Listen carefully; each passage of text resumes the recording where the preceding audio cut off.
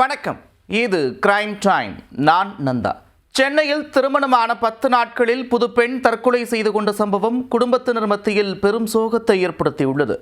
கணவன் மீது பெற்றோர் குற்றம் சாட்டியிருக்கும் நிலையில் மரணத்தில் உள்ள மர்மம் விலகுமா?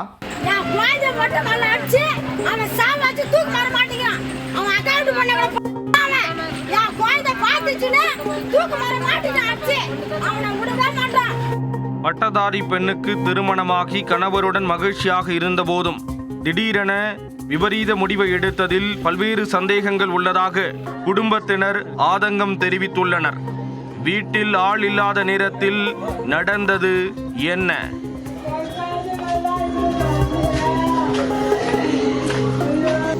சென்னையை அடுத்த ஆதம்பாக்கத்தில் வசித்து வந்தவர் ஜெகநாதன். இவரது சொந்த ஊர் விழுப்புரம் மாவட்டம் செஞ்சி. பிஎஸ்சி பட்டதாரியான ஜெகநாதன் தனியார் நிறுவனத்தில் டெலிவரி பாயாக வேலை பார்த்து வருகிறார். இவருக்கு வந்தவாசியைச் சேர்ந்த பிகாம் பட்டதாரியான ஷாலினி என்பவருடன் கடந்த 28ஆம் தேதி திருமணம் நடைபெற்றது. திருமணத்திற்கு பின் புதுமண தம்பதி சொந்த ஊரான வந்தவாசி மற்றும் செஞ்சிக்கு விருந்துக்கு சென்றனர். விருந்து முடித்து வெள்ளிக்கிழமையன்று சென்னை திரும்பி உள்ளனர். தொடர்ந்து பயணத்தில் இருந்ததால் ஷாலினி தனக்கு தலைவலிப்பதாக கணவரிடம் கூறியுள்ளார். இதையடுத்து அவருக்கு மாத்திரை மற்றும் உணவு வாங்கி கொடுத்துள்ளார். பின்னர் ஆதம்பாக்கம் பகுதியில் வசிக்கும் தனது சகோதரி விஜயா என்பவரின் வீட்டிற்கு ஜெகநாதன் சென்றுள்ளார். பிற்பகலில் தனது சகோதரி வீட்டிற்கு சாப்பிட வருமாறு செல்போனில் ஷாலினியை அழைத்துள்ளார். பலமுறை தொடர்பு கொண்டும் ஷாலினி செல்போனை எடுக்கவில்லை என கூறப்படுகிறது. உடனே தனது வீட்டிற்கு ஜெகநாதன் சென்று பார்த்துள்ளார். அங்கு நீண்ட நேரம் தட்டியும் உட்புறமாக தாடிடப்பட்ட கதவு திறக்கப்படாமல் இருந்துள்ளது.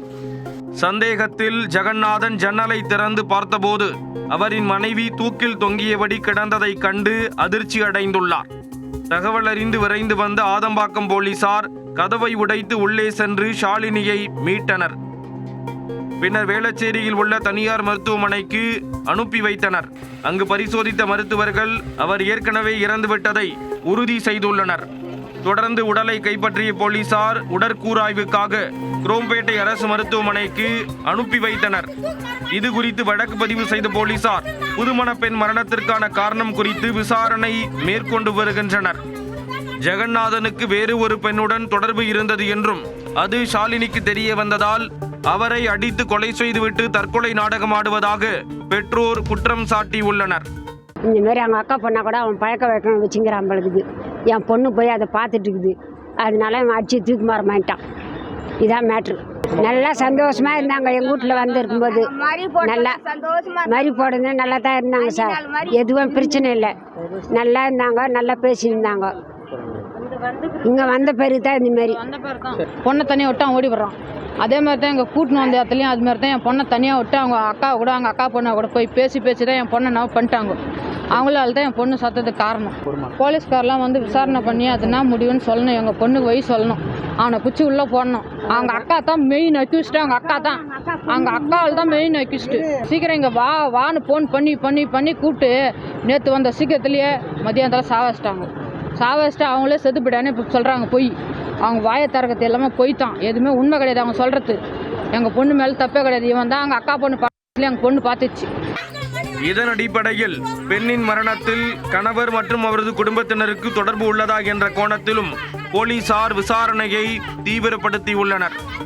அத்துடன் திருமணமான 10 நாட்களிலேயே இளம்பெண் உயிரிழந்ததால் ஆர்டிஓ விசாரணைக்கு உத்தரவிடப்பட்டுள்ளது. திருமணமாகி புதுமண தம்பதி விருந்துக்கு சென்று வந்த மறுநாளே இளம்பெண் மரணமடைந்தது குடும்பத்தினர் மத்தியில் பெரும் சோகத்தை ஏற்படுத்தியுள்ளது. திருமணமான 10 நாட்களில் இளம்பெண்ணின் வாழ்க்கை முடிவுக்கு வந்ததன் மர்மத்திற்கு போலீஸ் விசாரணையில் விடை கிடைக்குமா?